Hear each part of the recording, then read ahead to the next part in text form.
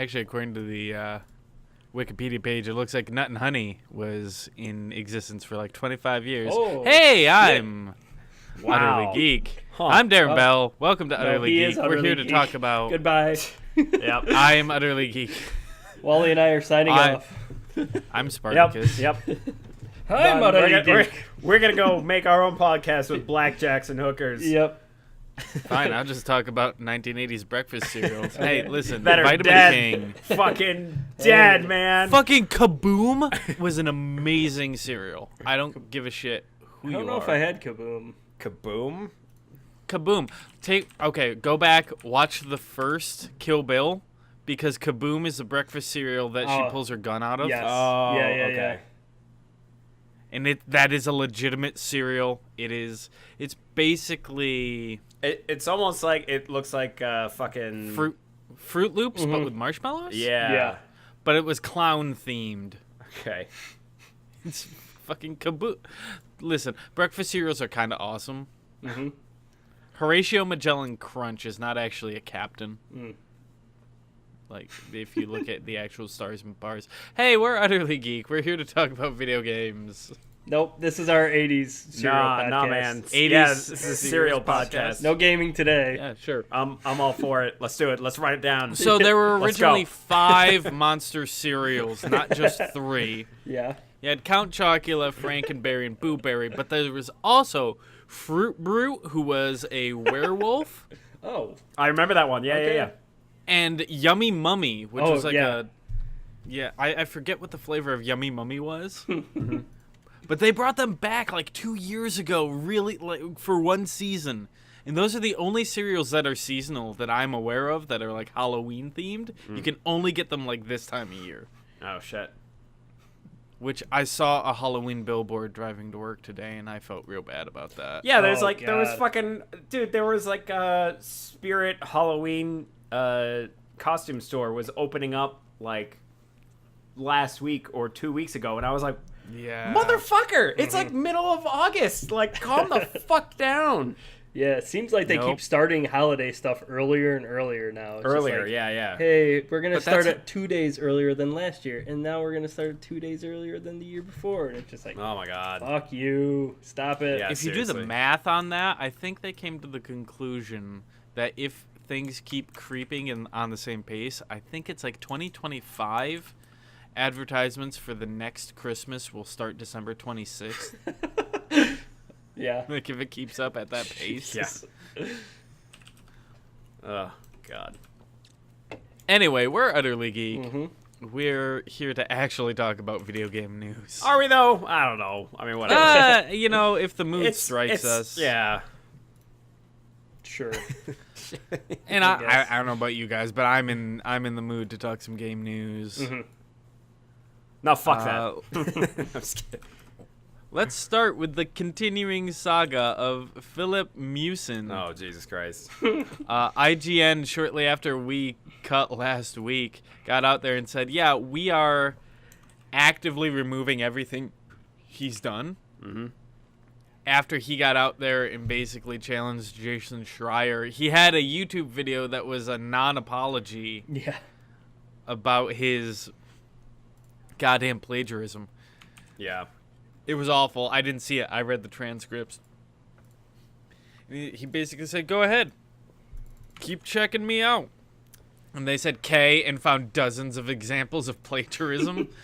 Yeah. So at this point, IGN is like, we can't trust anything this dude has written, so we're just going to pull everything, and we're going to re-review the more pertinent reviews, but there's only so much they can do, you know? Yeah. Fucking, man. Fuck that dude. Yeah. Yeah, and like the fact that also was like his LinkedIn profile was also like ripped off from a template from somewhere. Literally copied and pasted. And it was just like, what should we even trust from this guy? Like nothing, I guess. Like fucking dude is just a sellout across the board, I guess. What I find is very egregious, in his video, he basically said, no, this is standard practice, you know. most reviewers will go out and they'll look at what the pulse of the community is and watch a whole bunch of video reviews and read opinions online. Well, okay, so I basically only listen to Giant Bomb. Yes. But every one of them have said no, fucking no. Yeah. Not at all. Like, you don't, when you're reviewing, at least this is what Giant Bomb's take is you isolate yourself so that you don't get influenced by public opinion, by other people's opinions. It all comes naturally to you of your reactions and what you want to say. Right, which is how a review should be taken. Yeah. Yeah.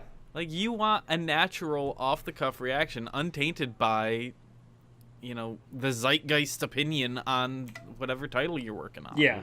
Yeah, because once you see, like, if it comes out and you start seeing, like, okay, 5 people reviewed it and they all really liked it, then you're going to be like, okay, I probably should like this game. So you're already coming in, or you're just like, I'm going to not like it because those assholes like it, Like, so it already fucks your opinion over. So, you just lock yourself away from the internet while you play the game, and then, then you have your real reaction. It's just, if it's genuine, so. Yep. Agreed. Fucked up. Mm-hmm. Fuck that guy. This is a career ender. Oh, yeah. Yeah. Oh, yeah. Yeah. Considering, after he got fired from IGN, like, he could have just said nothing and just, like, whatever. Just be like, all right, I fucked up, and then just been quiet. But the fact that he challenged the Kotaku and was like, hey, find more shit if you fucking think that's so important. And then it was just like, oh boy, you're basically asking the internet to find things, to hunt things down, like. That's the biggest thing that I don't get. Yeah. Like, why do that? So, I think, in my mind, like, I think he maybe just, like, he had done it so much that he had believed that he was the creator of all of that stuff. Like, I think he corrupted his own brain into, like, because it became so formulaic for him to just, like, basically copy and paste other people's shit and get away with it. That I think he believed that now he was the sole creator of those things. Because why would you fucking challenge that? There is no reason, because you would know you plagiarized 10s of 20s, 30, I don't know how, I mean, a lot of shit that guy plagiarized. Like, you would know in your brain that you did that, so you would instantly be like, okay, the only way to save this is to just instantly apologize. Yeah. And say, I fucked up, sorry guys, I'll try to do better, and even if you get fired, you still apologize, say, I fucked up, just so maybe on the off chance that someone wants to hire you, they'll hire you, like, they'll be like, oh, this guy, he might be a good guy, let him redeem himself, Yeah. So, exactly as Dare was saying, it was, like, the apology video wasn't really an apology, it was more of just him explaining himself, but it was like, that's not an apology. And then even when his comment to the original reviewer for Dead Cells, like, all he said to him was like, "Oh, best of luck." That was it. Yeah. Like, not even a direct like, "Hey man, I'm sorry I ripped your shit." And then follow up with "best of luck." But that's like all he said was just that second part. Yeah. I don't understand. A deeply deluded individual. Yeah, well, now he won't be able to get a job anywhere, probably. Nope. So he's going to have to do a career change. So this next piece, I didn't find this. This is an older piece that we overlooked, it seems. Tencent has acquired stakes in Bluehole, securing a strategic partnership for global expansion. Wally, it looks like you're the one who put this up there. Yes. So, basically, Tencent's blowing up. This is pretty standard. So the reason why I kind of put this on there was just because, like, right now, the state of, like, PUBG is like, oh god, let's just fix everything because we need to fix this game. Because now, like, I don't want to say, I mean, I would say Battle Royale is still pretty hot, like, especially with just Fortnite and PUBG at the helms, because, like, right now, like, games that come out that have Battle Royale, like, just are gone within weeks or even a week. They're just, like, quickly ignored because there's already just too It's like League of Legends and Dota 2. It's like there's already two titans that are dominating that realm, and anything that tries to create it, like they have to really change up on how it works or what the mechanics are or what's special about it in order to make it very unique. Like I'm kind of surprised even with, I know I compared Dota 2 and League of Legends. I'm actually surprised that Heroes of the Storm is still pretty popular, but I think that's just because it's owned by Blizzard and it's got Blizzard characters that people want to play as the heroes and fight against each other. That's exactly it.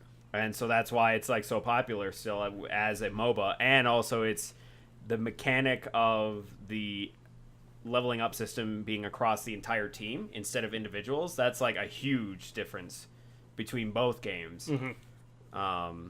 So you kind of... it's weird enough to where it can exist, but it's still not one of the big ones. Yeah. So that being said, you know, this with Tencent acquiring them, I'm hoping that this is kind of a movement where it goes along with their current campaign that's just called Fix PUBG.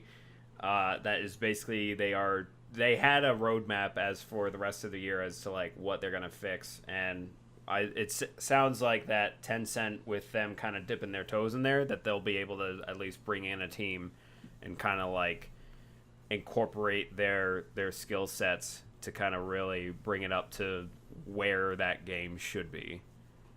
Yeah. Right. I just, at a core fundamental like optics level, hate the idea that it's called the Fix PUBG campaign. Right. Because it came out last year. Yeah. So that was broken. Like, and while the Fix PUBG campaign is going on, should someone step in because it's broken? Should I buy this? Should I play it? It's broke. You're fixing it, but like, messaging has never been their strong suit. No, God, no.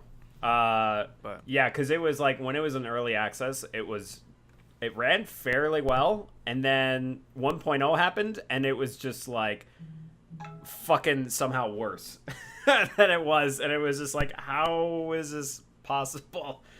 So this is more of kind of like, okay, we realize we fucked up on 1.0. Let's get it up to par to where it should be. Right. And it seems like with Tencent that's already doing the mobile game, because like I've played the mobile game a number of times. I'm like, wow, this is actually how PUBG should be. Like it should feel like this. I just hope that they're able to bring that kind of knowledge in and then just help that team out. But I don't know. Yeah. I don't like the idea of Tencent, this giant megalith of a company, acquiring so many studios and so much stakeholder in everything. It's a monoculture that's fucking terrifying. From the dark dystopian future is coming upon us. Eventually, you're gonna have two companies. You're gonna have Google and Tencent. No, 3, and Amazon, because you need physical goods sometimes. Right. Well, we'll get to that. It's terrifying to me that they're able to just buy all these companies. Yeah. Or at least stakes in. I mean, that's the downside of it, right? Like they're becoming a monopoly within the video game world of just like buying up fucking everything, especially some of the companies that are making tons of money off of. So it's just like they're just basically getting shit tons of money with every acquisition that they're getting. Yeah, I mean, at this point, get into Bluehole while you can, because who knows? I mean, the way that PUBG is, I still love the game, but the way that it's going, like, I don't know if they're gonna be able to make another game after this. Like, what the fuck can they make? No. Like, I don't know. It feels like the game for that studio. Yeah, like, what else? Yeah. I just can't see them making another game that's gonna be good. Yeah. But It's basically Mojang and Minecraft. Ooh, yeah. Yeah, we're just gonna port it to everything. In other news, Patrick Soderlund is leaving EA. Patrick Soderlund is currently the chief design officer at Electronic Arts. He was formerly the head of DICE before transitioning into EA. And basically, yeah, he's going to be stepping down. So he seems to be the big driving force behind the Frostbite engine and utilizing it in fucking every EA Pro thing. But he's also their creative director. So let's look over the past year and a half so of EA. Like, he's been there 12 years. So I wonder if last year was particularly bad, so he's just like, yo, no, peace, I'm done. I'm out. And kind of with the current state of EA, of how things are going, not just, like, even with Battlefield 5, with how things are going right now, because, like, granted, their pre-order stuff is, like, more through Amazon. Like, it's only recorded through Amazon? Yeah, that's all recorded through Amazon, and they currently don't have any physical copies on Amazon. So right. Take today's news, which Wally's referring to, there is a report out today that Battlefield 5 is slated to underperform due to poor pre-sale, and yeah, that report is very skewed. Yeah, oh yeah. That's, like, I don't know. Anything that's kind of like coming from EA where they're saying it's poor sales, I just take it from like as a great assault, because I'm like, yeah, whatever, like, you're still gonna be fucking having people buying their fucking games. But anyway, Yeah. like, Oh, certainly. Yeah, and I think there's that whole like don't pre-order movement that's still kind of like in the back of people's brains, you know. That's like I'll just wait and then I'll get it, you know. So I think that's still going on. So I think that's kind of skewed. It certainly is. It'll be interesting to see where EA goes from here with someone else at the helm. But speaking of holding off on pre-orders, there's now more reason than ever to fucking hold off on that. Amazon is ending their Prime 20% discount on pre-orders, and instead is replacing it with, hey, you're gonna get $10 credit down the road. Motherfuckers. I hate for this. yeah, that's so bad because it's just all it's doing is buffing their sales, because now you have to buy something else with a $10 credit. It's such fucking bullshit. Yeah. Steve, you understand it. Yeah. You understand. That's exactly what they want. It's such bullshit. Dude, after this piece of news, it's like, do I really need Prime anymore? Like, I'm starting to second guess having my account. Like, I don't use the video. You should. You should watch The Tick and then cancel. Because The Tick is really good. Okay. Sure. But, like, yeah, if I ever use Amazon Video, like, I'm renting movies off of it to watch it. Yeah. And you can do that on Google Play or anything else. Yeah, exactly. So, and, like, fucking, oh boy, 2-day shipping, whatever. I'll wait more days. Who gives a shit? Like, I'll wait 3 to 5 days. It's fine. If I don't need it right away, like, the 2-day thing was just more of like, oh, it just happens to be here in 2 days. Cool. Like, it's not make or break if I needed it on those days or whatever. So, and then especially now with this, and then also with like they're also ending Twitch Prime. Like, it's now gonna have ads for it. So people who want to watch Twitch now will be getting fucking ads, because that was like the whole one of the other benefits of having Twitch Prime through Amazon Prime was that, like, oh, if I want to watch some of my streamers, I don't have to deal with an ad, because they're already, like, if I subscribe to them through like Twitch Prime, then it's like, you know, whatever, and it's fine. But oh my god, that makes so much sense, because they just went through that whole month of Twitch Prime to give out free games and then cancel it. So now you have the Twitch launcher. Yeah. And so you're trapped in that ecosystem to play those games. Why don't we cancel all the bonuses for that? Oh man, yeah, fuck you, Amazon. Yeah. Wow. So yeah, I'll probably be canceling my Prime membership to not renew next year. They've found ways to continually take away value for Prime while also increasing the price of Prime, Yeah. which is an amazing feat. Yeah. Fuck 'em. Was it up to now like 110, 120 or something? 120, Yeah, 120 120 a year. Yeah. When it started, if I remember correctly, in college it was 80. Oh, Jesus. Yeah, I remember it being that much. I mean, I was a college student, so I couldn't afford that shit anyway, but still, it was like... But we were in college, and you could have gotten it for free. Yeah. Fuck.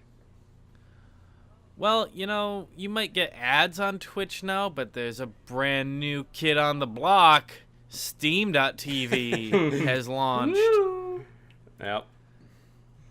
Yeah, I mean, they're trying to compete with Twitch now. Yeah. So, well, let's see how that goes. Yeah, I mean, it like, I like the idea, like, if they can make something, or like, I don't even know, like, if they can make something that just launches as you start up and you don't have to, like, have OBS or something, like a program to do that, like, it just captures your cam and stuff, and it makes it easy for people to stream, it could fucking work out. Like, that could be really cool, so, like, people don't have to, like, have this, like, technological advanced, like, knowledge to go in there and be like, okay, I gotta set the scenes, I gotta do this. If you can do that in Steam and not have to fuck around with a lot of stuff, if it just kind of like launches and it's kind of easy. It automatically has on your Steam profile your stream section. Yeah, like so it knows what ports and all the different forwarding and everything that it needs to do, and it just handles it behind the scenes. Yeah, I mean, it could be a good idea. Like, I was thinking of that when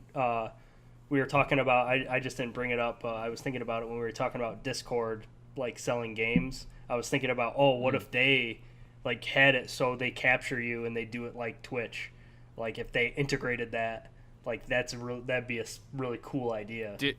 Discord chat and streaming? Yeah, kind of. If they integrated what they're doing into you as a streamer and their games that they're selling, like, it could be really fuck, cool. we're doing our video right now on Discord, so we know they have the video codecs decent enough. Yeah, So, I don't know. I see that the only thing that I'm kind of mad about it is because I've streamed through Steam before. Like, when someone wanted to see a game that was like, oh, I'm curious to see your game. Like, let me, like, they send a request to, like, stream my game. And it's just like, if I'm playing an online game, it fucking chugs. Like, it tanks in performance.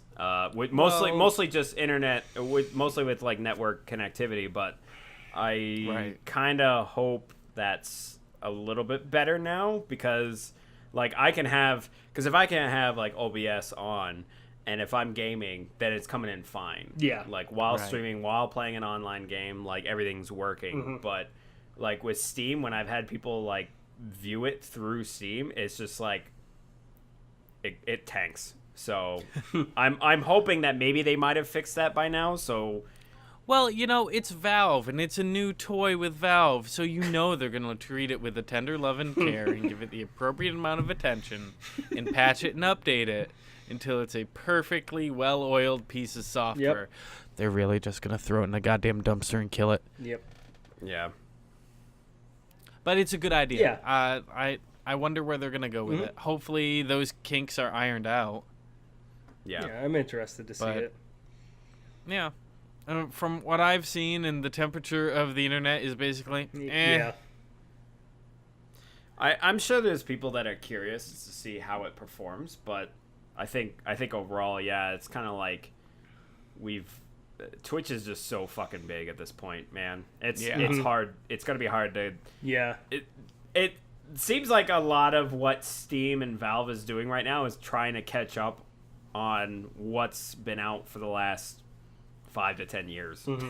Just like, because, like, Valve used to be really ahead of the curve with their games and everything, and especially with even fucking Steam. Like, that was pretty fucking new, like, when it first came out. Ugly as shit, but to what it is now, like, it's a fucking it's a behemoth of a goddamn store. Well, they were the first, and so a lot of other stores have now come up and seen what Valve has done, and incremented on it. Some to more varying degrees than other. Whereas, like, you look at Origin, that's strictly, we're just the EA store.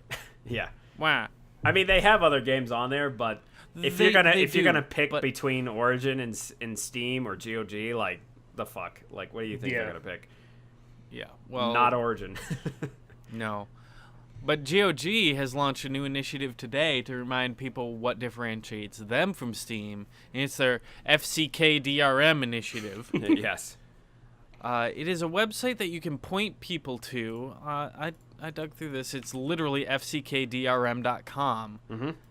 And it's a big outline of, hey, this is what DRM is. And this is why you need to care about it. Yeah. And there's a lot of people in the gaming industry who have quotes up on this, which is funny. There's a Gabe Newell being one of them. There's a Gabe Newell quote regarding DRM on GOG. I know. I'm waiting for it to spin back around. But I thought that was basically they're saying, hey, anything you buy digitally could be pulled away from you at any moment. Mm-hmm. Like, that's why GOG doesn't do that. Mm-hmm. Yeah. Yeah, so, they have a nice little checklist I saw that was just like DRM free, and like they list off a number of things so that way clearly you can see like what's the benefits of having a DRM free game. So Gabe Newell's quote, as far as DRM goes, most DRM strategies are just dumb. The goal should be to create greater value for customers through service value, not by decreasing the value of a product. Mm-hmm. Which, okay, Steam alone is technically DRM, but if you use only Steam, it's just that, a good service. Mm-hmm. At the bottom, they point you to a number of different locations that are DRM free. Vimeo On Demand, Moving Image Archive for video, books. GOG.com is the only one listed for gaming because it's the only one there. Yeah. But yeah, if you have friends or family and you start bitching about DRM in front of them, or they start complaining about, hey, why can't I take my music here? Point them here. Yeah. Mm-hmm. Like, this is a great example. People seem to have forgotten DRM fucking blows, and it still exists. Right. I don't think, I mean, yes, Valve has the power to totally switch off Steam in everybody's games, but I also, yes, they have that power, but I don't think honestly they would. Well, there was not now. At this point, they're big enough to where the public outcry would be so huge the potential lawsuits would be so big.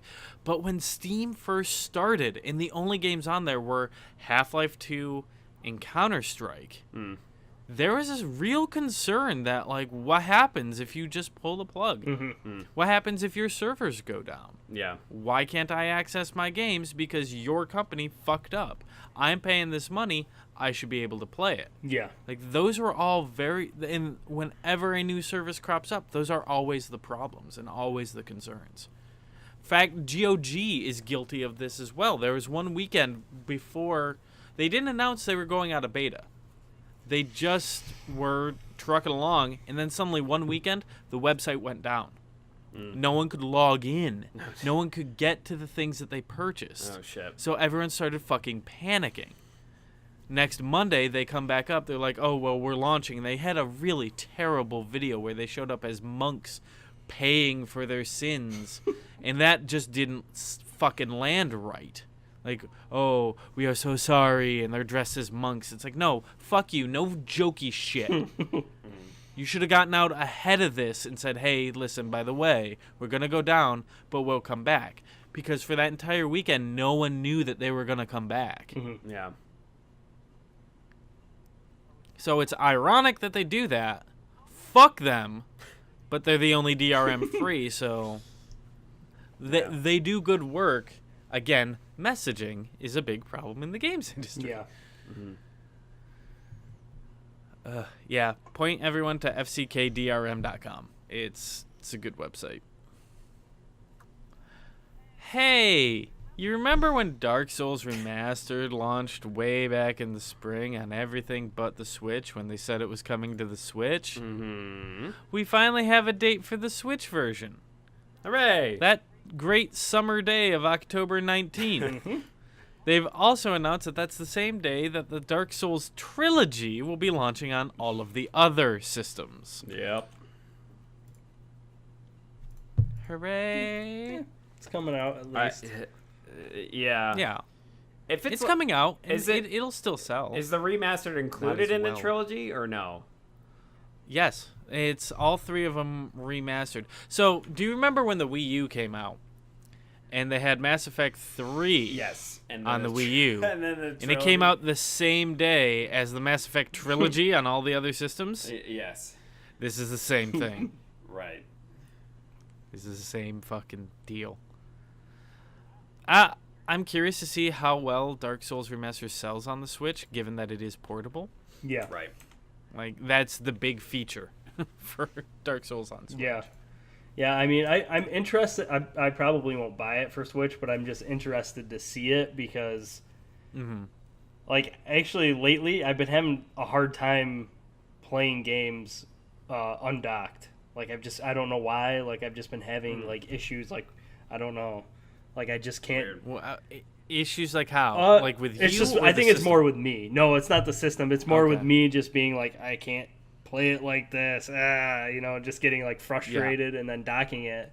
So I'm just interested for at least my eyes to see it and see like how my brain comprehends it. Because like I was playing Hollow Knight on like undocked and I just could not fucking do it. I was just trying so hard and I was like, I can't play this game undocked. I don't know why. It just my brain. I don't know what it is with especially with that game. Like even Celeste too. Like I had a hard time, and I don't know if it's just like Interesting. having. I don't know if it's just having the controller in my hand and like just feeling more comfortable with that, rather than holding on to the system. But yeah, I just have been having. Your brain just can't handle can't how handle- amazing it is that you can play games both docked and I undocked. seriously like. I mean, I never really It had. blows your fucking mind, literally. I never really You are had at a much of an loss issue of words. outside of that. Like, outside of, I mean, well, obviously, like Zelda and stuff. Like, I didn't play that undocked very often. But like that, I didn't even have that much issue with. Like, that looked really good undocked. But yeah, like, just lately, my eyes just aren't focusing in, and I just like Right. just can't do it. Well, they released usage statistics not too long ago that it's pretty much a 50-50 split amongst people who play it docked and undocked. Interesting. So Yeah. it's working exactly as intended. Yeah. I have noticed I played Dead Cells undocked a little bit yesterday, and undocked, I think that performs a little worse Okay. than docked. It hooks up a little bit. Dead Cells on Switch, love that game, but it does hook up a little bit on Switch. That's I probably, unfortunate. I would still recommend it as a way to play Yeah. that game, but it's not ideal. Yeah. If you can't get it any other way, still get it. Or even if you want it on the go, Yeah. like that's the way to do that game. Yeah. I mean, I would like to have it on the go, but I have it on PC, so I will let you know when they patch okay. it. Yeah, let me know. Yeah, I've got like almost 60 hours of that game logged in on PC, so it's like, yes, I did kind of start all over once it was officially released, but it was also like, Yeah. like Yeah, you've already put in your time. I put in my time. I know it very well. I know it runs very well on PC. Whereas like Switch, I'm kind of running a gamble. It's like yeah. so. Yeah, I'm kind of glad I actually held off on it because I again the reason why I would have gotten it was just because it's like portability. Like I can fucking have Dead Cells with me, and I know Dead Cells is a very good game. Right. And that's a great game to just be like, I'm just gonna jump in, play one round, one run, and if I die, then okay, cool. Then I'll just pack it away and fucking move on. Yeah. Or if you don't, you're gonna be stuck there for an hour. Yeah. That was my very first run. I was just like, I'll do one quick run, and then like an hour later, I'm like, I beat the game. Good job. Oh. Done. Yeah. Shut. Uninstall. Done. That's all right. Done forever. Cool. It's out I'm good. Let's see. THQ Nordic has acquired the Time Splitters and Second Sight properties. Yay. Which makes me very fucking happy. Yeah. I really hope for at least Time Splitters remasters. Mm-hmm. Mm-hmm.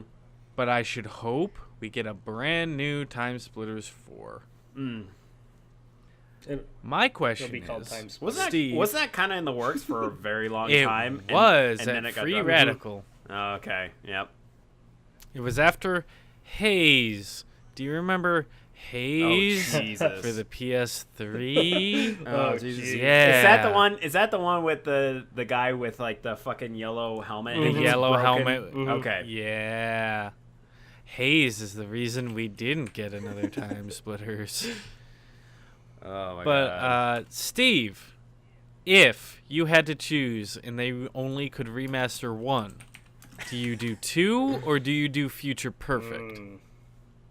That's interesting. That's hard because I think the story in the single player of Future Perfect I liked better, but the multiplayer I think I liked better on 2. Yeah, because 3 ended up adding like vehicles and shit. Yeah, it just wasn't. And it got yeah, weirder. it just wasn't as fun. I don't think, for me at least. Future Perfect. I liked. Well, the multiplayer. It was still okay. good. Like the single player was so single much player better was in awesome. 3. So good. the single player was just the moments of like, I don't know, like it's just so It was over the top silly that it was amazing. It's one of the few actually funny games. Like I loaded it up on GameCube not too long ago and still found myself chuckling at that game. Yeah. That the moment where you're like dealing with all the different copies of yourself, Cortez is just popping out, and you have to like solve that the password puzzle. is banana. Oh my God. That part is so fucking good. So I mean, I would love to play through that remastered. So I think I would choose Future Perfect because I don't think.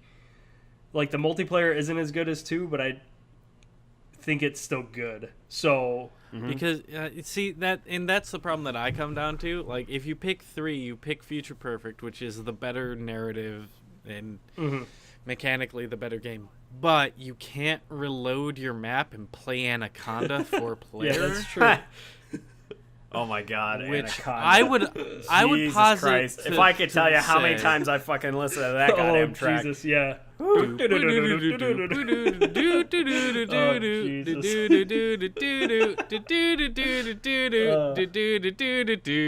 Yeah, it's ingrained in my fucking soul. Yeah. I think I would posit to guess that we probably played more Anaconda than the multiplayer Probably, yeah. by pure hour count. Yeah. Or it's pretty close. Man, yeah, I'm excited to see whatever the fuck they do with Time Splitters. Yeah.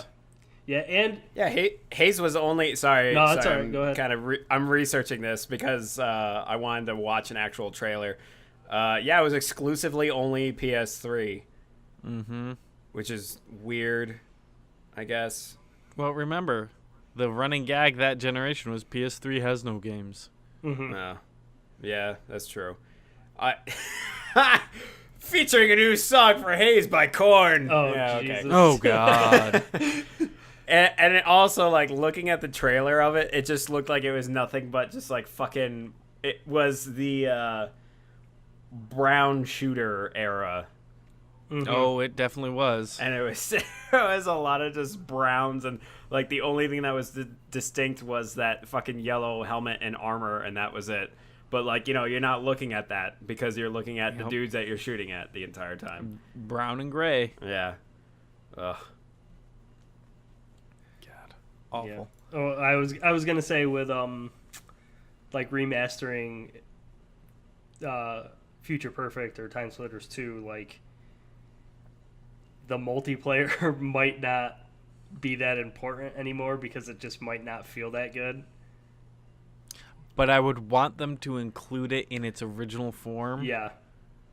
For posterity's sake. Yeah, I mean, I'd be interested to see how that feels, like if they did make it like online or something, like just how that would, 16 player online or something. yeah, how like that would feel to play that game. But yeah, I just don't know. I bet you'd feel real good. Yeah. Yeah, it probably would. I miss those kind of like multiplayer games. They just don't make them like that anymore. Mm-hmm. Yeah, they don't make good arena shooters. They don't make like classic Halo style or Christ, it's actually GoldenEye style multiplayer. Yeah. What's funny, if I remember correctly, I might have misread this article, but I think some of the members of THQ Nordic were a part of the original Free Radical team. Which were some of the people who originally worked on GoldenEye. Yeah. Interesting. Damn. Yeah. Yeah, I'm really excited to see what comes of that. Also, Quake Champions is all right as an arena shooter. But it really isn't, because you have abilities and you have ultimates. Yeah, oh yeah. So it kind of is, but it isn't. Yeah. Like, I just want a pure fucking give me drop in with my goddamn fists, scramble to find a gun, or drop in with a pistol, give me a pistol. Right. And you know where they spawn on the map. Some fucker's gonna camp the goddamn rocket launcher. Yeah, give me that. CD Projekt is now worth more than Square Enix, and they have acquired a mobile game developer. Wow. Surprising that they're worth more than Square Enix. Yeah. That's crazy. Curious that they've acquired a mobile game developer? I mean, I would say for the card game. For Gwent, probably. It's actually, like, aesthetically, it's a really cool card game. It's just not that good, you know, like... At the end of the day, you're still fucking playing Gwent. Yeah. Like, it looks good, and the artwork on the cards is so fucking awesome. Like, it is so good, and it's fun, but, like, for 10 minutes, and then you're like, okay, fuck this game. There's better card games than this. But yeah, I mean, I would say that they're developing it just to see how Gwent would do. Probably. I completely forgot about Gwent. That tells you how much I really enjoy Gwent. I think I played it once with my small time on The Witcher 3, and I was like, okay fuck this game. This is done. And then right after you get the quest to collect all the cards, I'm like, well, that's a quest I'll never fucking do. Yeah. Ugh. You think that they're big now, bigger than Square Enix? Wait till fucking Cyberpunk comes out. Oh, Jesus. Oh, God, yeah. Considering they just released more images today, I'm just like, screenshots. Yeah.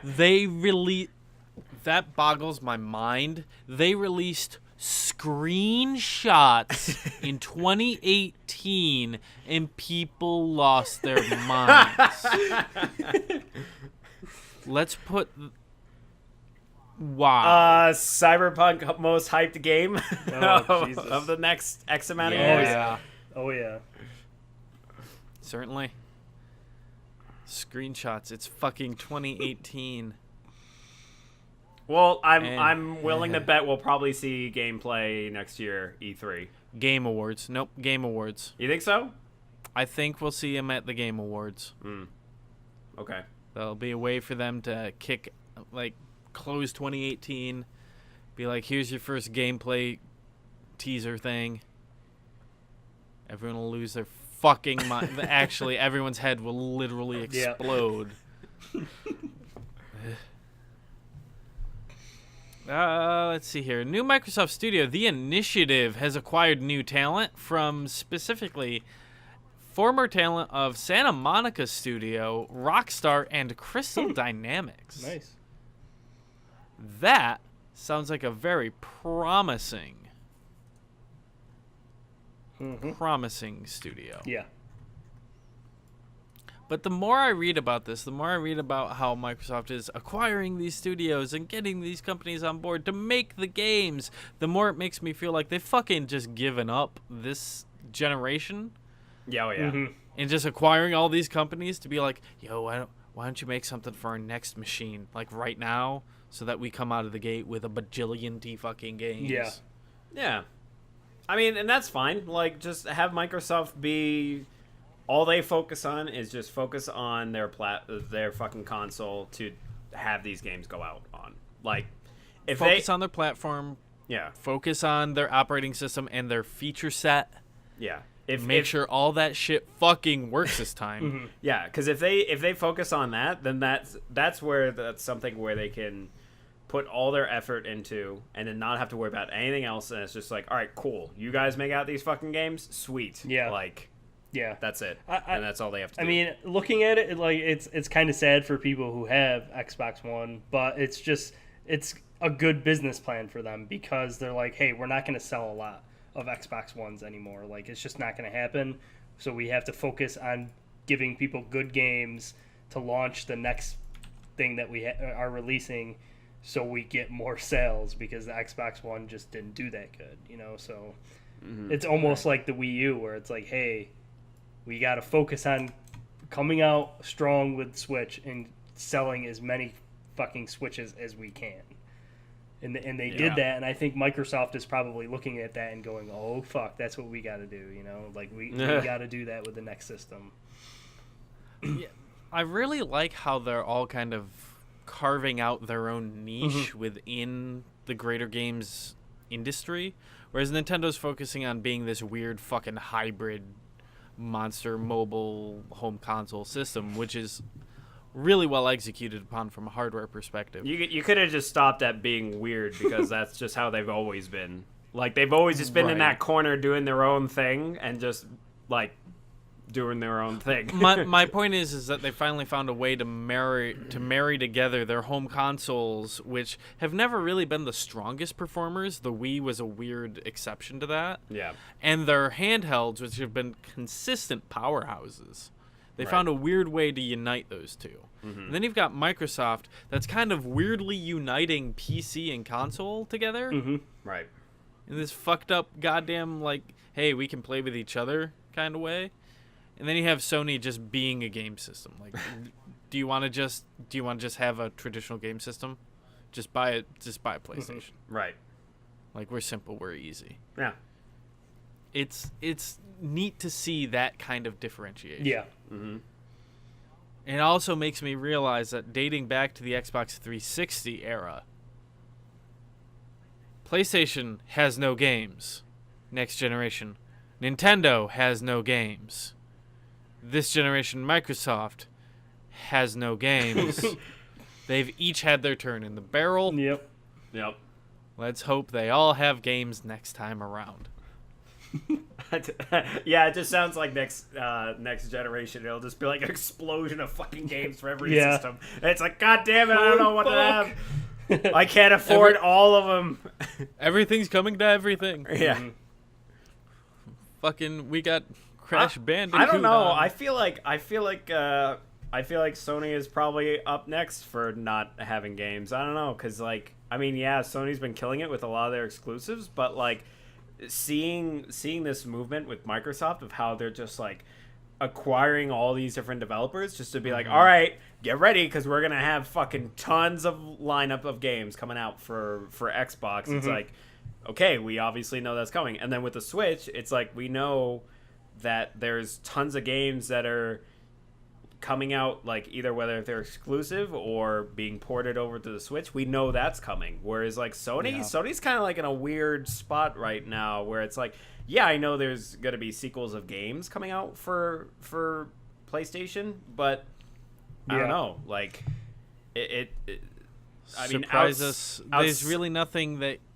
Yeah, like, outside of, like, what's been announced at E3, like, there's, like, yeah, sure, maybe there's, like, new surprises that might come along the way. But, yeah, I don't know. Sony kind of, like, keeps things under wraps, which I guess is fine. I mean, you know, it's more power to them. Yeah. Cause I don't know. Because, hey, I like being pleasantly surprised, because fucking God of War, goddamn, when that was first announced, that was out of nowhere. Like, I was not expecting that at all. Like, I thought that franchise was fucking dead.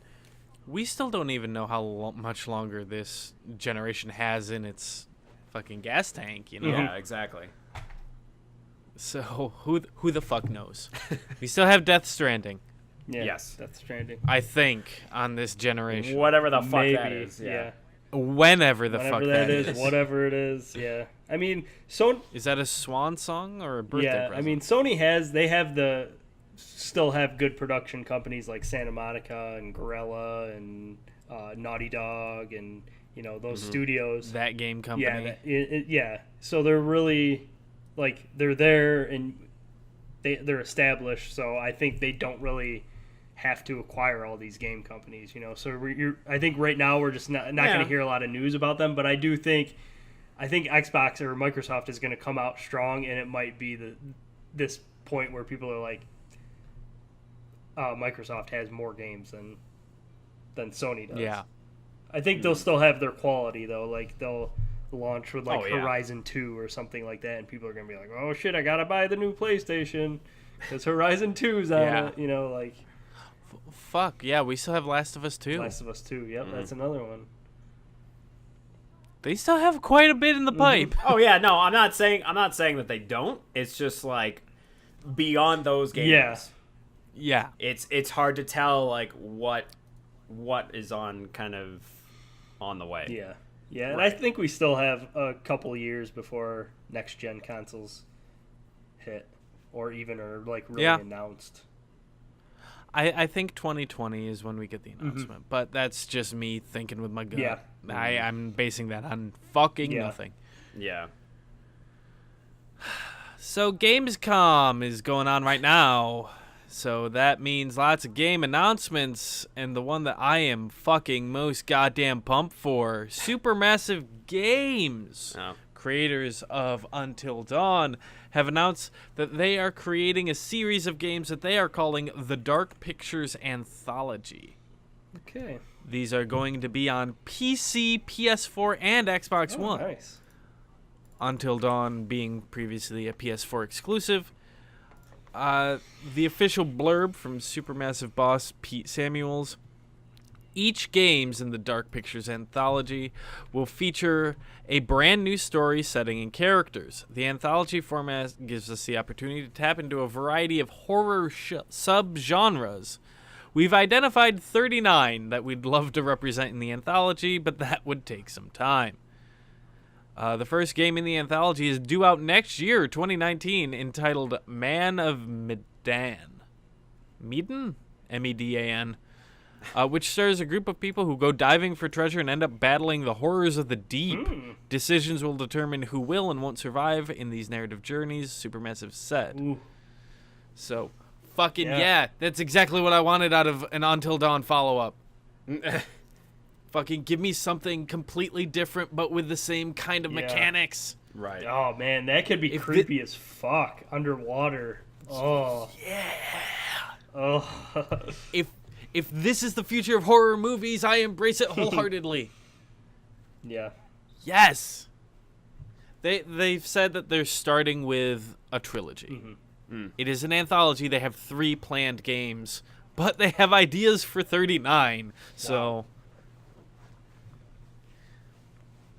39. They just need to just work on their performance of their games because it always looked good. But God did it sometimes just run like ass.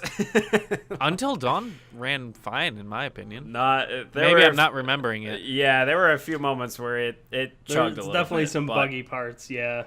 Yeah. I just loved it so much that didn't. It didn't bother me that much, but yeah, I would like to see them iron that out because there were a couple times where it bugged out a little bit. So to the point where you're the character's face is kind of fucked up, and it would just took me out of it for a little bit. It was funny, but it just took me out of the story for a second. I'm like, eh. Yeah, for me it was more frame rate. There were sometimes it just tanked to 10 frames per second. It was oh, okay. This is a little harsh, but you're dealing with a PlayStation 4 there. Imagine running it on PC, buttery smooth. Yeah. Right. Give me that. Give me that. Hey, and the Pro's been pretty awesome for me. So I mean, it could fucking run pretty good on that. So who knows? Huh? I wonder. Have you replayed Until Dawn on the Pro? I haven't. I'm curious should. now. Halloween. Like, I don't know if that Halloween, would. Yeah. I yeah. mean, that I don't know if it would make much of a difference because if I feel like that's maybe just the game just not being optimized enough for those certain segments. We'll just slap it into performance mode Right, if that's available, I have no idea. and try it. Yeah, because I mean, That's hey, only one way to figure it out. Because hey, I had issues with even God of War. Like I threw it on resolution mode and it looked fucking good, but like there were a couple times where it was like it would go a little bit below 30, and I'm like, ooh, this is not good for this kind of game. Yeah. So I would just put it right back into performance. And I left it on there because I'm like, man, Yeah. fucking 60 frames, Kratos is real good. Yeah, I'm just so happy that they did that because they did have a follow-up to Until Dawn. It was called Hidden Agenda. Yes, that was their VR shooter. No, right? no, it wasn't VR. It was Oh. a cooperative story-based phone controller game. Okay, That was kind of like Until Dawn meets Jackbox. sure. It got okay reviews. Yeah. Like, it's Yeah. but this is exactly what I want. Yeah, I hey man, they have a pretty good engine. I mean, I was very impressed with Until Dawn, so and yeah, being able to see more would be great. Yup. Shenmue 3 has a release date. August 27th, 2019. So I almost misread it as this year, and I was like, whoa, that would be fucking nutty. Like, yeah. hey, remember but all those bumps in the nah. road in this game? Well, fucking, it's out next week. Like, I would have been like, holy shit. But yeah, no, I reread it, and it was like, okay, 19. Okay. Yeah. And they also have the 1 and 2. Like, Yeah, remaster coming it out. wasn't in my release order for the upcoming announcements here, Okay. but yeah, it's coming out Like this week or something. tomorrow. Okay. Yeah. No, today. It's Oh. out today. Oh shit. There you go. Shenmue 1 and 2 remastered. If you want to go back and play those games at a slightly higher resolution. Yeah. Well, yeah, it's watch. Uh. It's slightly higher resolution, but nothing else changed. Those will feel real old. Oh yeah. Yeah. A part of me I'm sure kind of those- wants to pick them up. Hey man, I played really those liked the games. first one. Yeah, you. I played the those. first. No. I did not play the second. Well, there you go. Now you can play I did both. not of go to Hong Kong and chase Lan Di. them. Man, what the fuck is wrong with you? Apparently a lot. I did not hit their full reactive eyes entertainment buttons fast enough. That was the genre of that game. Fuck if I know what it means. Full reactive eyes entertainment. I think for those kind of games, I'm curious, but that would be more of a rental for me than like, hey man, I'm gonna go out and fucking buy this and see what the hype is all about. Like I'd Yeah, rather no, just don't do that. I'd rather just be like, hey, you have it? Cool. Can I try it out? And then play it for 5 minutes and be like, what the fuck is this game? And then return it. It's about right. Yeah. If you're a Giant Bomb member, they do have an endurance run of the first they played through like 2 years ago for some fucking reason. So you can watch the entirety of Shenmue. Actually, if I remember correctly, Shenmue 2 came out in the States on the original Xbox, not the Dreamcast. So in order to fill people in who might not have played Shenmue 1, there was a DVD called Shenmue the Movie. Oh god. That was literally all of the cutscenes from Shenmue, and it's pretty much the same as playing that fucking game. Except you don't get to drive a forklift for your job. Shenmue's a fucked up game. But hey, at I'm least they not have a really- release date now. I'm not really excited for 3.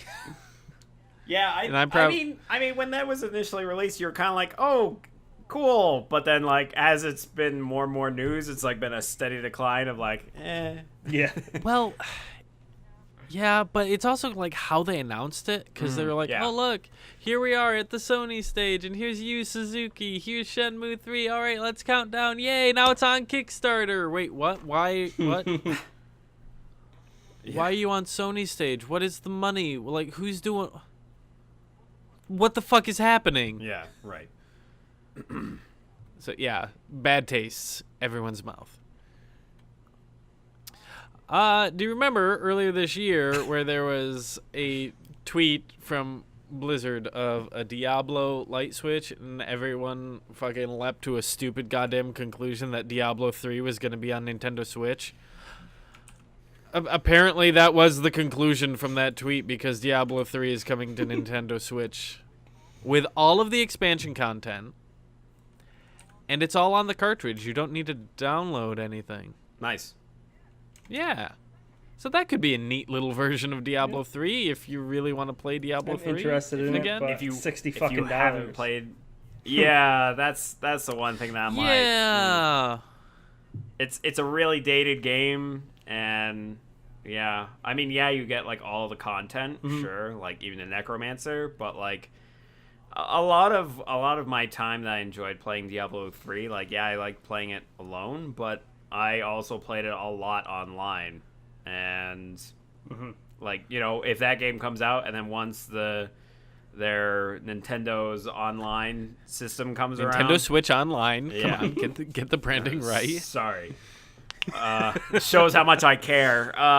You Yep. know, once that comes around, then it's like, oh, okay. So if I want to play with friends, it's like I gotta fucking chip in for that. No, you don't. It's got split screen. It actually does have split screen. Oh, yeah, that's true. Which I think is a neat thing. All the console editions had split screen. Right. So, Yeah. It's It's a good idea. I mean, it was really good on PlayStation, so I imagine they just Yeah. integrate that version over for the Switch, and Yeah. you know, I think it'll be good. It's just it is a dated game. It's $60, and like I think people are gonna buy it just because things on the Switch are selling very well, anyways. But it's just I feel like the people who really love that game have it on Steam or have it on Blizzard, and they're like, "What? Why would I buy this game again?" why? So- Yeah. Yeah. It's the same Dark Souls argument. Why? Well, I think more importantly than Diablo 3 coming to Switch is that this is the first time in, 15 years Blizzard is putting something out on a Nintendo system? Oh, yeah. Since StarCraft this is 64. StarCraft 64. Oh, jeez. Fuck yeah. Okay, so in the collector world, that game's worth some bank. Yeah, I can Because imagine. it is so fucking rare. Yeah. I always wanted to play it just to see what the fuck, how the fuck you do that. Yeah, wow, if I go into eBay, I type in StarCraft, like the 5th result is StarCraft 64. It's gotta be fucking...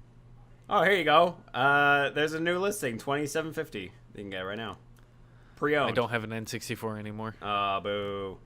Boo. But It's fine. new and factory sealed is $300. So that's actually not Yeah. terrible for No, it crazy really brand isn't. new. There's plenty of other games that are like way fucking up there. Oh yeah. But yeah, I'm curious. I'm curious Diablo 3 on Switch, how well that's gonna do. Yeah, I almost want to see like a video of a split video for StarCraft 64 of it in action and the controller and someone having a fucking camera on the controller and playing the game, because I want to see how that is.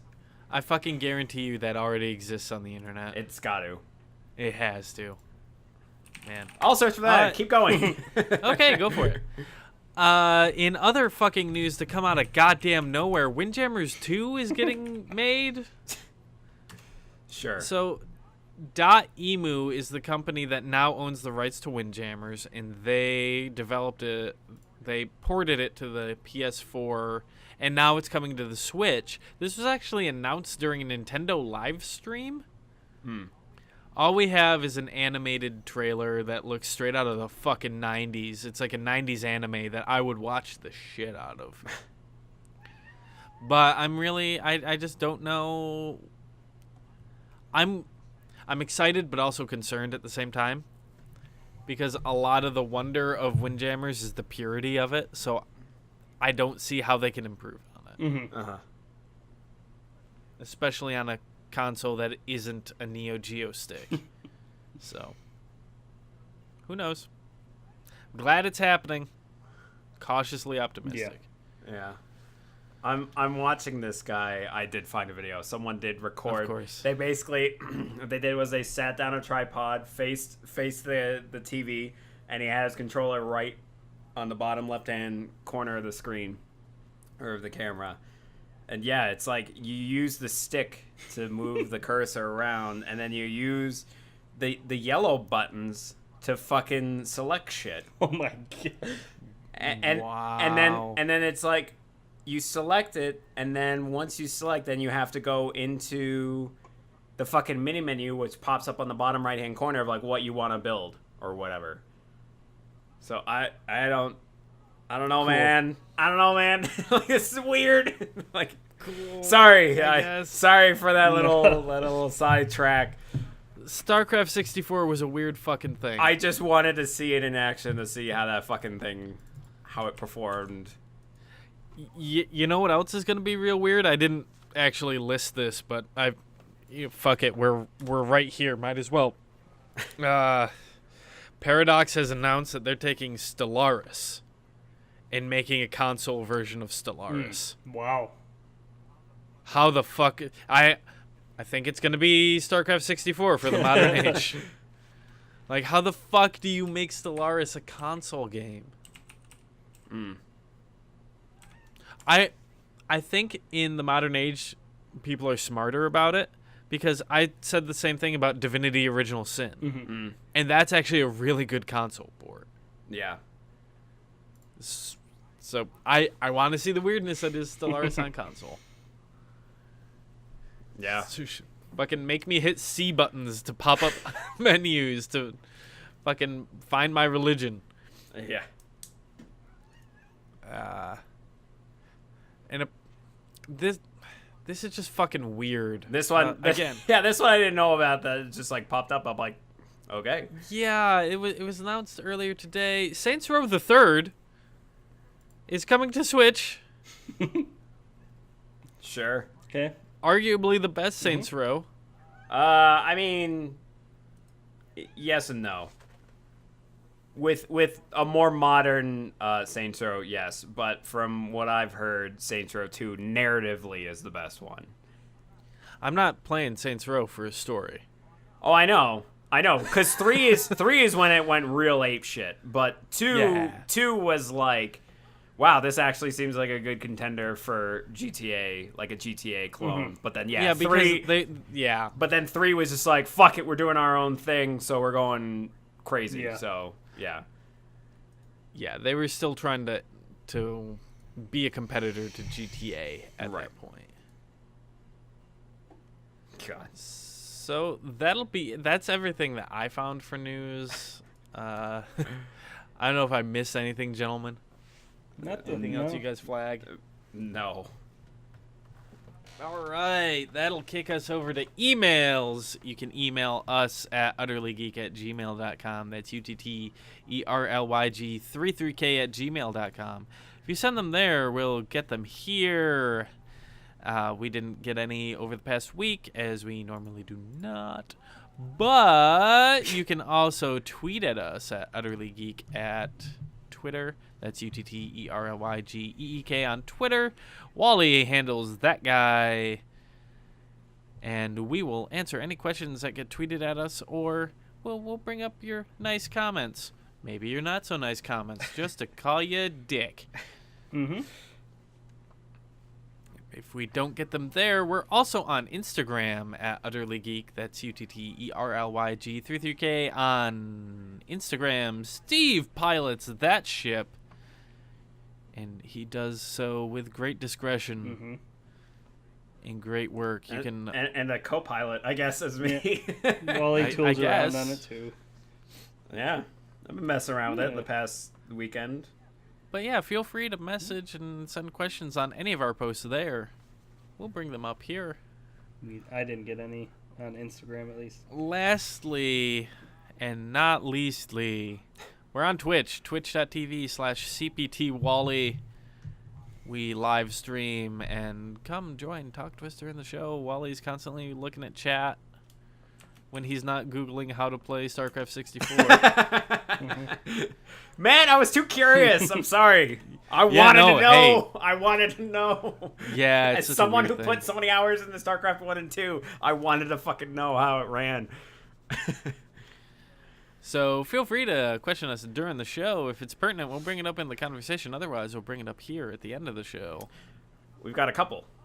Oh, sweet. I love it when we got a couple. So to start off, this was back from our earlier conversation. We were kind of already rolling. So T-Dog1 said that he said that he was still playing GoldenEye 64 and not on an emulator. He was playing it on OG N64, which is really the way to play that fucking game. My man. Honestly. Let's be So honest. my question is, do you play it dual sticked? Do you plug in the two controllers and use the control scheme that is Jesus. two N64 controllers Oh, to God. get dual analog control? Oh, God. I don't know. Because you could do that. Jesus. Pioneers, Rare. And this other one that we have that just came in by Mr. Wild Hunter was, what are our thoughts on Fallout 76? So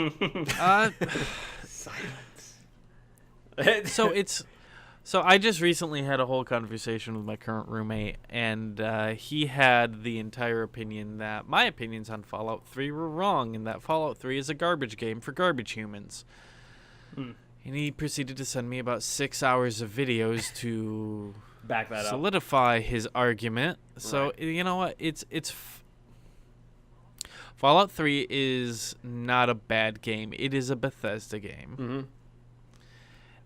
But it is very different from Fallout 1 and 2. Yeah. And if you take the time to dissect and pick it apart, yeah, you're going to be unhappy. If you're a fan of Fallout 1 and 2, you're going to be unhappy with Fallout 3. Yeah. Because Bethesda doesn't make old school style RPGs. They make what I like to call amusement park RPGs, where your actions don't really affect the world as a whole. They have their story that they want to tell. But when you load up a new Elder Scrolls and you go into the Assassin's Guild, you're riding that Assassin's Guild ride. You might have little choices here and there that affect very small, minuscule things. Right. But you're not going to affect all of Tamriel. What does this have to do with Fallout 76? Well, Fallout 76 is something that's completely different than what Bethesda has made. Mm-hmm.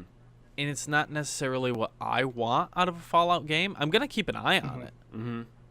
I'm really curious as to see how they work that out. Mm-hmm. But it's not really something that's got me jazzed, that's got me excited. It could be something really fucking cool. Yeah. But to me, it's Bethesda's like first try at like a multiplayer game. Mm-hmm. right. Which is kind of, it could be good. It could also be a mess. It could also be a Bethesda. It could be a Bethesda. It will probably be a Bethesda. It'll most which likely means be a it's, Bethesda. Where it's it's just buggy good, as but shit. it's buggy as shit. Yeah. My problem is that I'm getting extreme vibes of Sea of Thieves and No Man's Sky, but with a Fallout flavoring. Create your where own it's- adventure kind of thing. Create your own adventure, create your own fun, which is good, but that's not what I don't want a Fallout themed one of those. But that might be someone else's game of the year, and I will not hold that against you. Yeah. Yeah. It's not really my cup of tea, but I'm definitely interested to see it, because if it is like maybe they looked at those games and were like, hey, this is what we're not gonna do with this game, and we're gonna perfect on the shit that was good in those games, and we're gonna build around that. Yep. So they have two kind of, I mean, Sea of Thieves came out a little bit, like I'm sure that they had most of the game done by the time Sea of Thieves even came out. So, but they probably still like learned from that game and we're like, okay, Yeah. is doing this. We need to change that a little bit, So like I'm sure they tinkered around with it, but they got to see those games released, so I think that they can work with that. So I'm interested to see it. I'm interested to see what they do, and I think they're going to make a good game. Like, I don't think it's going to be bad, but it's just not a game that's for me at this moment, at least, until I see it. That seems to be a lot of what Bethesda does. Is like it just depends on the taste of what you're looking for, right? Because the way that I see with like the entire Fallout franchise, I feel that like Fallout 3 and Fallout New Vegas, especially New Vegas, are like the like Fallout games that if you want to have like a good RPG experience, like more so with New Vegas, but like Fallout 4 is a better combat system, like, and a better shooter system. And that is kind of like what I go more for, because like Fallout 4 was like the RPG parts were not really that great. Yeah. Like compared to 3 and New Vegas, like they kind of streamlined that game, which seemed really weird. You really shouldn't lump New Vegas in with the other Bethesda games, because that's Obsidian. Right, and I know. They achieved more of what's in line with the original Fallout. Right, I'm speaking more in terms of just as a franchise, as the Fallout franchise. Okay, yeah. That's what I mean by that. Yeah, so it really just seems like each Fallout game, they're trying to just try different audiences with each one, it seems like. Yeah. So this one with the multiplayer one kind of seems like, people who love survival games, like online survival games. It's just basically Fallout themed. Like, they're going to try that fucking crowd. What I am interested in, what I really like they're doing, is they're really folding in a lot of the local legends into it to become, like, bosses and things of the area. So, like, the Mothman. If you don't know what that is, you should just Google the Mothman prophecies. Don't look at the Richard Gere movie. It's terrible. It's not good. It is bad. But the Mothman is an actual, like, extraterrestrial, extraordinary legend from West Virginia. Point Pleasant, which is included in this game. And so that becomes this big mutated moth in the same vein as the local legend. So they're doing a lot of that, but they always do that really well. Yeah. In all of their games when it's set in a real world location. So I feel like it will still be that Bethesda game. The thing that concerns me is that there aren't any other humans in it other than other human players. Yeah. Right. So what's a quest look like in Fallout 76? What's actual narrative, what's progression in that game look like? Now, they might have been releasing videos about this, because that's typically what they do. I just haven't looked at them. But I'm curious about Fallout 76. I'm not excited, and I'm not shitting on it. Yeah. It's not the Fallout I was looking for. I really want Obsidian to take Fallout 4's engine and make something with it, but I don't think that'll happen. Can I tell you, I kicked up Fallout 4 yesterday, and it doesn't really look that good anymore. It looks really dated. It always kind of looked weird to me. It always looked kind of plasticky. People always look plasticky in that. And it didn't look like a Fallout game either. Everything was too bright. I know we shit on gray-brown shooters, but like for Fallout, everything was always kind of gray-brown nuclear waste. And it works for that. Yeah, so Fallout 4 being so bright was weird to me. Yeah. Which is funny, because they have mods where you can make it more lush. Yeah, right? So, yeah. So I'm just really curious to see what that game actually is. Yeah, me too. So we have another one from Mr. Wild Hunter. This one I'll mostly take, because I mean, I'm the only one that played this one. What are your guys' thoughts on Call of Duty Black Ops 4? I know neither of you could give a shit. I'm curious to see from a business perspective how that game performs without having a single player. I'm going to put a prediction out there. I don't think not having a single player will affect its sales at all. No. No. Absolutely not. Just putting that out there. Yeah. So the days of single player Call of Duty might be dead depending on how this game performs. Yeah. I don't know, Steve. You go ahead if there's any thoughts you have on it. I mean, I'm interested to see it just because they are like Darren said, they're making a business move and not releasing single player. But I mean, it's not that I hate Call of Duty games. It's just that I don't care that much about them anymore because there's so many iterations of them. So it's just become a thing that I don't care about. If they create something and it is an amazing multiplayer experience, I will probably buy it and play it because I have had a lot of fun playing Call of Duty multiplayer. So if they create something that's like, hey, look at this is amazing, everyone's loving it, let's have some fun, I'll probably buy it and get into it, but yeah, it's not something that I'm like. Hey, I got some news for you. I played the open beta. It's pretty good. It's pretty good. It's really good. Like really good. Really, really good. But no, like, but it doesn't have wall running. It doesn't have I jetpacks. fucking okay. Hold on. Let me clear the air on this. All right. No. I'm in agreement with you. All right. Hold on, because this always happens whenever like previous Call of Duty titles come up.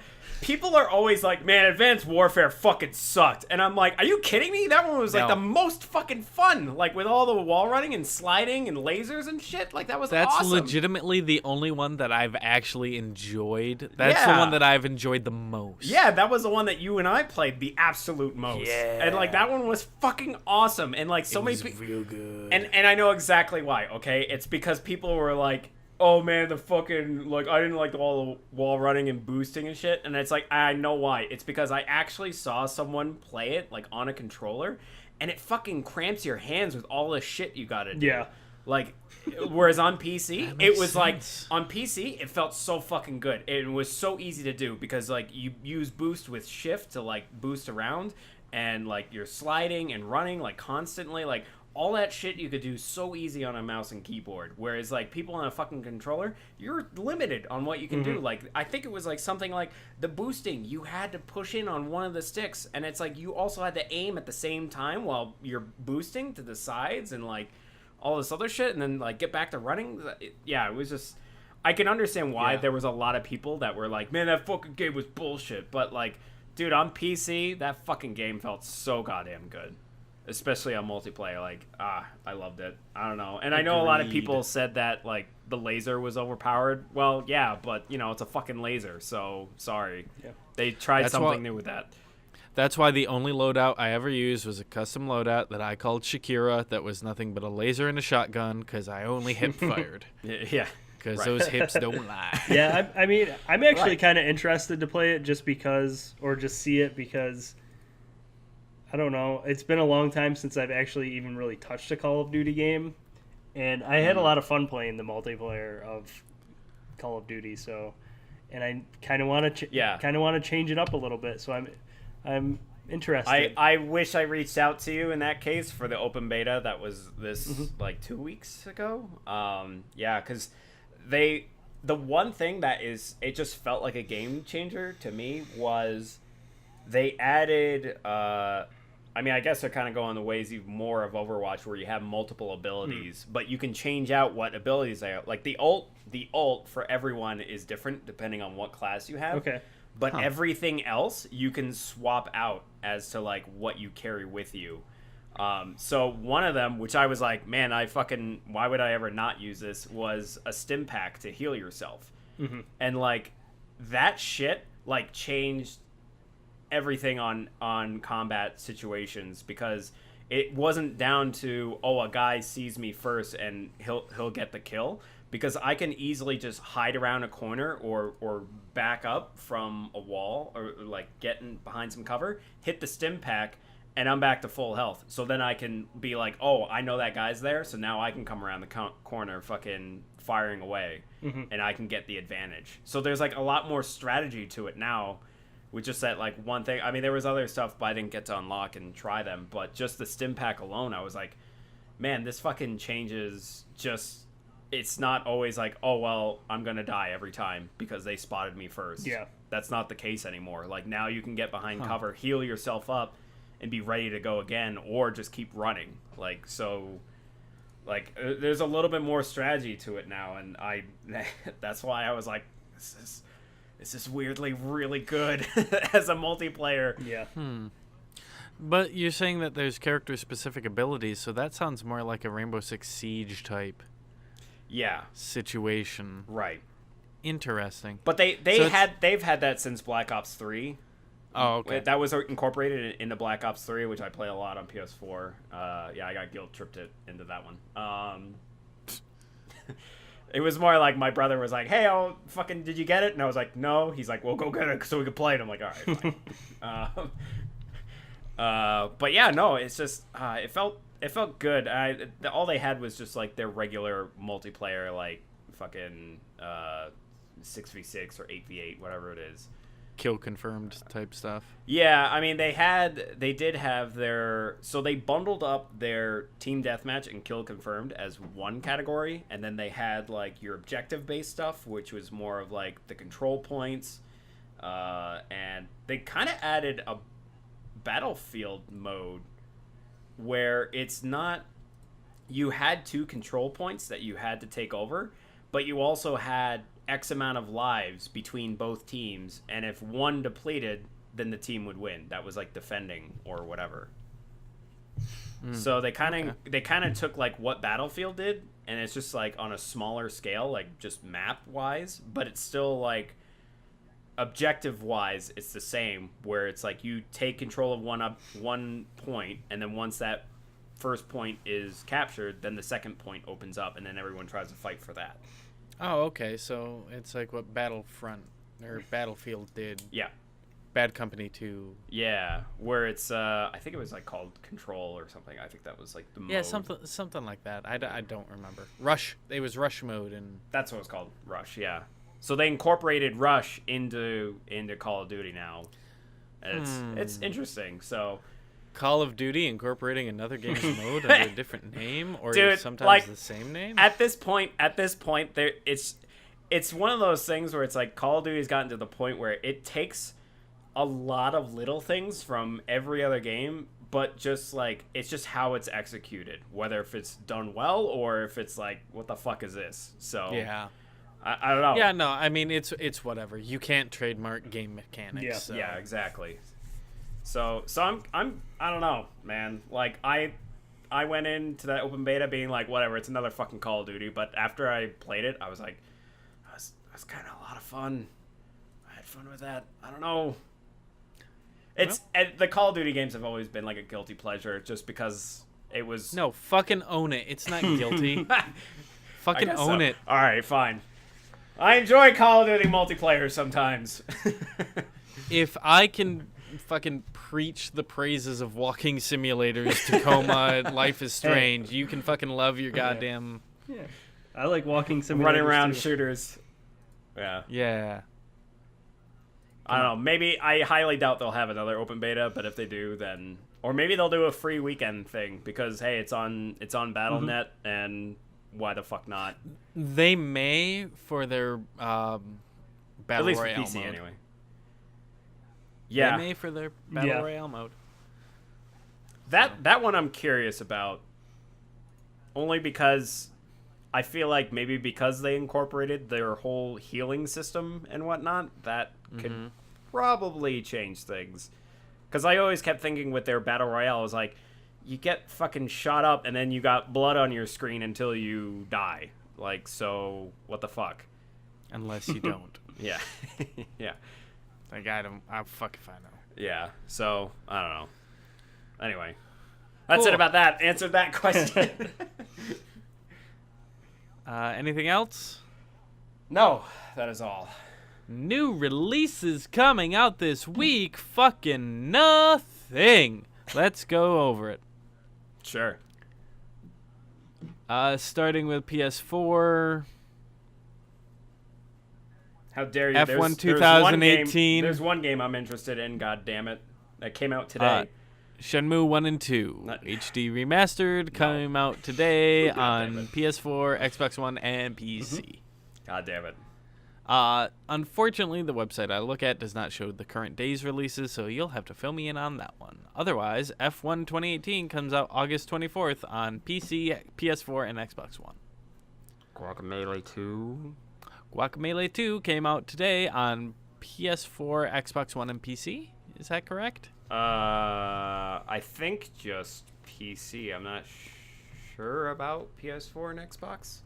I'm pretty sure it came out on PS4 at least. Let's see. Guacamelee 2. PS4. How the fuck? And PC. PS4 and PC only. Yeah. They do. I think they said on Switch soon, or I don't know if it was confirmed or denied. Yeah, I'm not comfortable saying one way or the other because I'm not sure. Right. But yes. Moving over to the Xbox One, Phantom Doctrine comes out August 24th on Xbox One. That is an XCOM-like set during the Cold War with Russian spies and U.S. spies and XCOM-like games. It looks neat. I'm waiting for some sort of a review or someone I trust to tell me how good that is. Right. Before I pull any triggers. That's already out on PC and PS4. Okay. Kicking it over to the Switch, we see The Escapist 2, Glorious Regime. We saw earlier this week surprise releases of Murphy's Law and Prison Architect on the Switch. Oh, nice. Yeah, it seemed like a good get. Murphy's Law was that third-person shooter where the point is to shoot at people, and whatever you hit, you gain that body mass in your character. Oh, yeah. Which will affect your abilities in game. So if you want to jump real high, you got to shoot people in the legs. And it's whatever team amasses the most body mass at the end of the game wins. Looks fucking goofy as shit. Right. And that kind of leaked into their trailer as well, where they advertised 60-ish FPS. That's the exact phrasing that they use. 60-ish. 60-ish. Asterisk. But yeah, I mean, we're, Hollow Knight Godmaster comes out August 23rd on the Switch, which that's an expansion, right? Yeah. A big bunch of new bosses, a slew of new music, new NPCs, new quests. They just keep fucking pushing out content. I almost kind of want to jump back into it because there was like no free content when I played that game, but now it's just suddenly there's like fucking 4 or 5 expansions that came out. Yep. That'll be it for new releases. Here's something I just want to bring up to bring to people's attention that do happen to have an Xbox One. You can currently get 2 months of Xbox Game Pass. That is their subscription game library. You can get 2 months for $2. And that is valid until August 31st. Okay. So I'm probably going to bite on that. And if you want to play anything on PC, that also works there. And if I remember correctly, we did not bring this up in the news because it wasn't pertinent until now. Master Chief Collection is going to be on Game Pass September 1st. So if you haven't played that on your Xbox and you want to, for $2, Okay. you can do worse. Yeah. But I think that's going to do it for us tonight. Yeah. Good beefy episode. Yep. Thanks for joining us. We should be back next week. Should be? Should be. Listen, there's nothing in my mind that would stop me from being on the show, but shit happens. Right. Well, yeah. Naturally, yes. So we will see you next Monday. Thanks for joining us. Later. Bye.